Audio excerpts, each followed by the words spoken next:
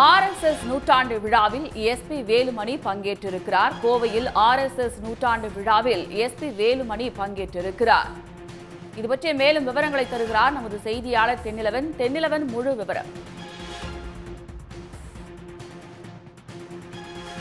RSS அமைப்பின் நூற்றாண்டு விழா மற்றும் பேரூர் ஆதீனம் சாந்தலிங்க மருதாச்சல அடிகளாரின் அந்த நூற்றாண்டு விழாவை ஒட்டி இன்றைய தினம் அந்த சிறப்பு சிவ வேள்வியானது நடைபெற்று வருகிறது. இந்த நிகழ்ச்சியில் ஆர்எஸ்எஸ் தலைவர் மோகன் பகவத் கலந்து கொண்டிருக்கிறார்.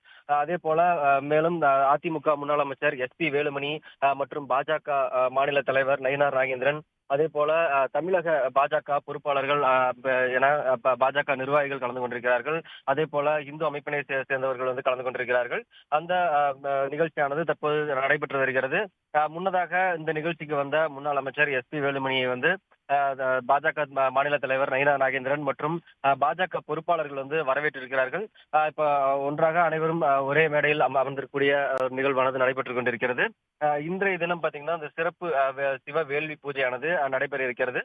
இதில் கலந்து கொள்ளத்தான் ஆர்எஸ்எஸ் தலைவர் மோகன் பகவத் வந்திருக்கிறார். மேலும் இந்த பேரூர் மடமானது முழுமையாக பலத்த போலீஸ் பாதுகாப்பானது போடப்பட்டிருக்கிறது.